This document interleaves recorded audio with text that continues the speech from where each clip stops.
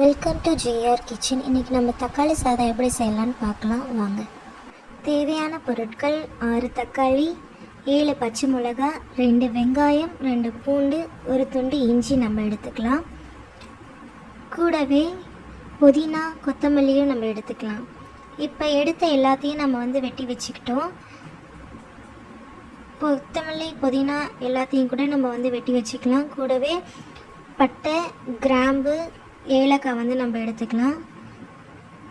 நாங்கள் இன்றைக்கி 1 கிலோ அரிசி எடுத்திருக்கோம். உங்களுக்கு தேவையான அளவுக்கு நீங்கள் அரிசி சேர்த்துக்கலாம். இதை ஒரு பாத்திரத்தில் போட்டு தண்ணி ஊற்றி நீங்கள் ஊற வச்சுருங்க சைடில். இப்போ நம்ம அடுப்பை பற்ற வச்சு குக்கரில் தான் செய்ய போகிறோம், அதனால் குக்கர் வச்சுக்கலாம்.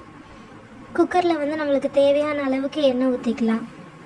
நாங்கள் 5லேருந்து 6 ஸ்பூன் எண்ணெய் ஊற்றிருக்கோம். நம்ம எடுத்து வச்ச பட்டை, கிராம்பு, ஏலக்காயெலாம் இப்போ நம்ம சேர்த்துக்கிறோம். இப்போ இது நல்லா பொரிஞ்சதும் நம்ம இதில் பச்சை மிளகாயை சேர்த்துக்கலாம். பச்சை மிளகாவும் நல்லா பொரியட்டும்.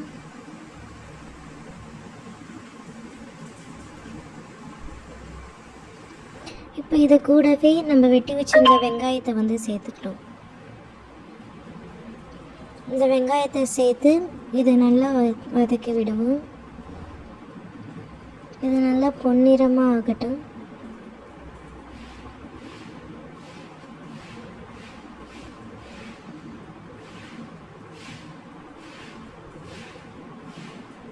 இப்போ இது நல்லா கொஞ்சம் வெந்துடுச்சு. இப்போ கூடவே இஞ்சி பூண்டு பேஸ்ட்டை நம்ம ஆட் பண்ணிக்கலாம்.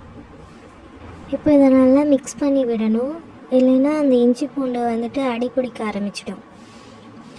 இதனால் அந்த பச்சை வாசனை போகிற வரைக்கும் இந்த இஞ்சி பூண்டு நல்லா அந்த எண்ணெயிலேயே நம்ம வதக்கி விடலாம்.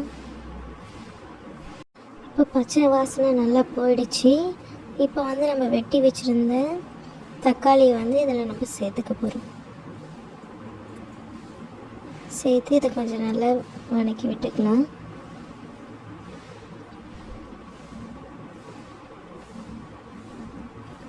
இது நல்லா கொஞ்சம் வேகட்டும்.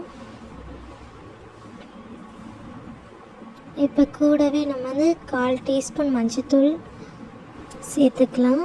சேர்த்து இதை நல்லா மிக்ஸ் பண்ணிக்கலாம். மிக்ஸ் பண்ணிவிட்டு இது கூடவே நம்ம 1 டீஸ்பூன் அளவுக்கு மிளகாய்த்தூள் சேர்த்துக்கலாம். சேர்த்து இதையும் நம்ம நல்லா மிக்ஸ் பண்ணிப்போம்.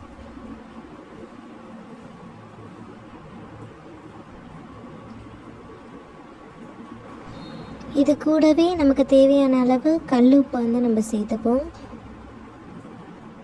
சேர்த்து இப்போ நல்லா மிக்ஸ் பண்ணி விட்டுக்கலாம்.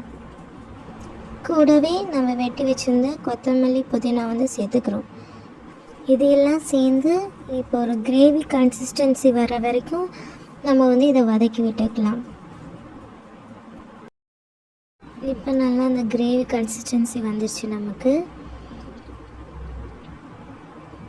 இப்போ நம்ம இதுக்கு தேவையான அளவுக்கு தண்ணி ஊற்றிக்கலாம். நம்ம 1 கிலோ அரிசிக்கு அந்த அளவு எடுத்த அந்த டம்ளர்லேயே 2 டம்ளர் அரிசி அப்படின்னா அதில் 4 டம்ளர் நாங்கள் தண்ணி ஊற்றிருக்கோம்.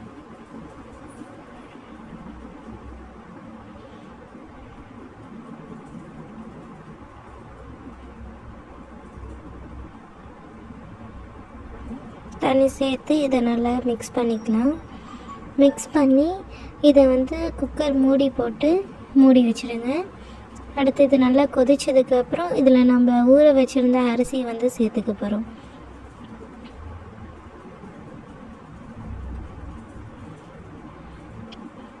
அரிசி சேர்த்து நல்லா ஒரு வாட்டி மிக்ஸ் பண்ணி விட்டு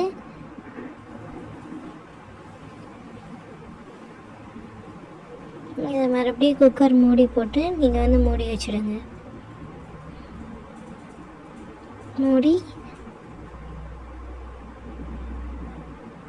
விசில் போட்டுடுங்க. இதனால் 4 விசில் வரட்டும். 4 விசில் வந்ததுக்கப்புறம் நம்ம ஓப்பன் பண்ணோம் அப்படின்னா நம்மளோட சூடான தக்காளி சாதம் ரெடி ஆகிடும். நீங்களும் வீட்டில் ட்ரை பண்ணி பாருங்கள். தேங்க்யூ ஃபார் வாட்சிங்.